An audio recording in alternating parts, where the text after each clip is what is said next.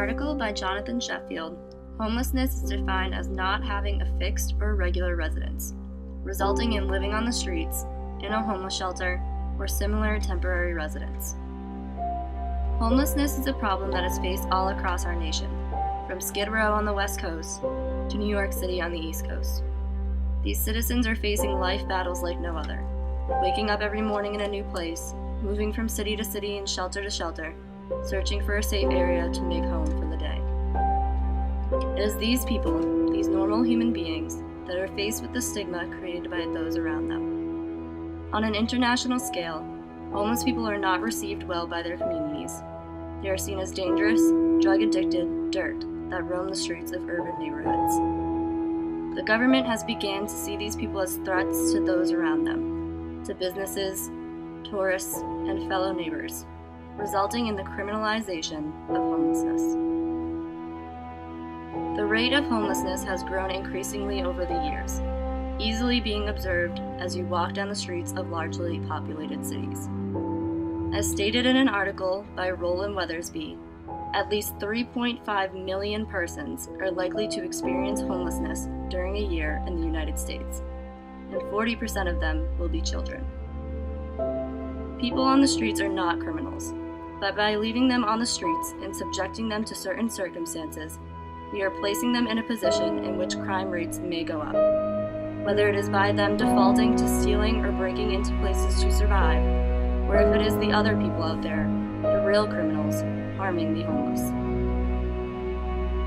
Dr. Amber Curtis, a professor in the Clemson University Political Science Department, said in an interview that homelessness is a tragedy in America and across the globe. People have the right to shelter if they want it, and it is the government's responsibility to be concerned about the well-being of its citizens, both those who are homeless and those who aren't. The government avoids solving the stigma behind homeless people, that they are all lazy drug addicts and dangerous to the community. They need to realize that these people have become that way for a reason. They didn't decide to be homeless because they wanted to, but because they had no alternative. Jonathan Sheffield goes into this in more detail by describing how the law has begun to spur into anti-homeless policies, targeting life-sustaining activities such as sitting, sleeping, loitering, panhandling, camping, storing belongings, and urinating in public. Janet Bell became homeless 10 years ago. She lost her arm and nearly lost her life to an infection she developed while living on the streets. She was on a railroad bridge when police wrote her a ticket for sleeping outside. This guy that I knew had a camp down by the river, and I'd been down talking to him, and we both came up, and we got busted. How many tickets did you get? I got 2, I think. Just for camping outside, for Yeah. being outside. Yeah. She and 5 other homeless people sued the city in federal court, and the stakes are high. The case has reached a federal appellate court, and the outcome could repeal laws targeting homeless people in cities nationwide. As the number of cities with such laws continues to grow, her case could redefine the rights of homeless people across America.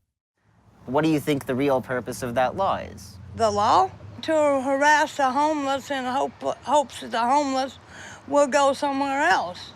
Of course, everybody wants to move the homeless, but they gotta be somewhere, don't they? And once you're down and people find out that you're homeless, they don't want they don't want you. You know, they've made everything illegal, so we can't make any money. So they need to, like have places where we can go and not just shower, but wash our clothes, so we can go. As a consult group, we traveled to the streets of local Greenville, South Carolina, to conduct our own social experiment.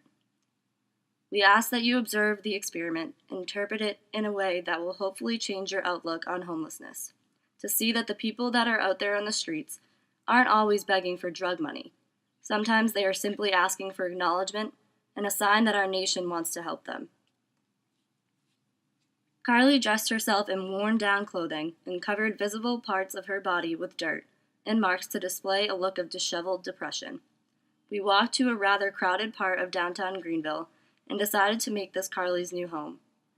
After sitting down for not even a minute, the first person to approach Carly was a security guard from the Clemson Experience building. directly located next to where we were sitting.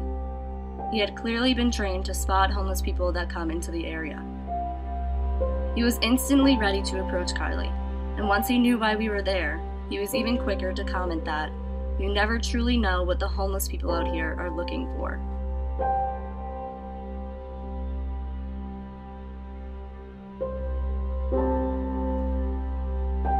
Despite this immediate negative interaction, it took some time, but several people decided to show their compassion for Carly's situation, offering their help in, at first, monetary means, but then explaining how they personally felt about homelessness.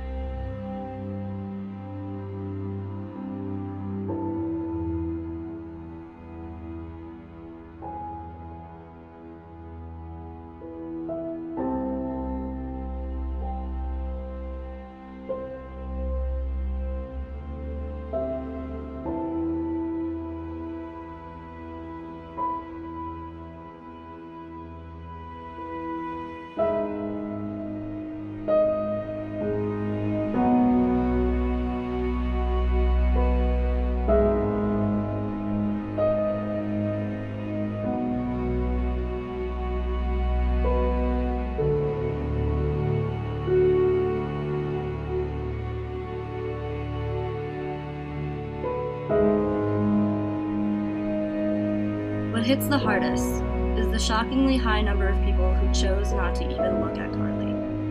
Her appearance was something that triggered the stereotype of homelessness to go off in the pedestrians' brains from yards away.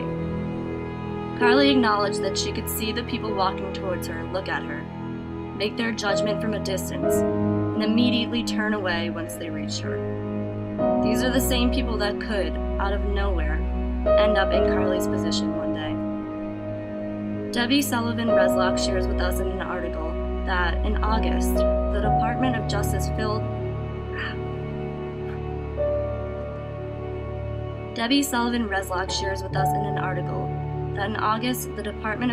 filed a statement of interest stating that people can't be arrested for sleeping outside if there are no other alternatives.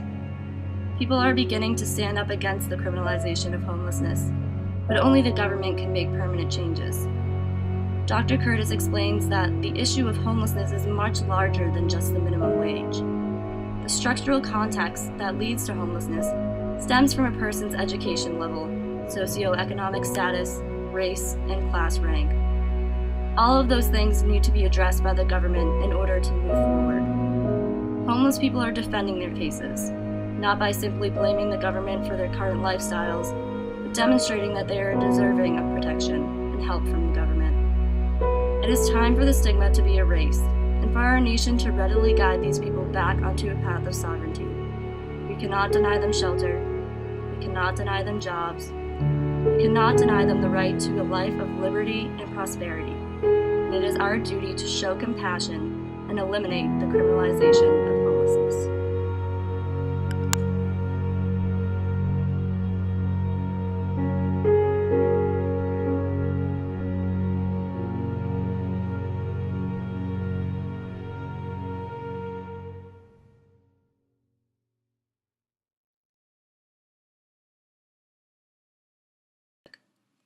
Anti-homelessness reached a peak when Columbia, South Carolina almost started moving individuals without homes to the outskirts of town and criminalizing their presence within city limits.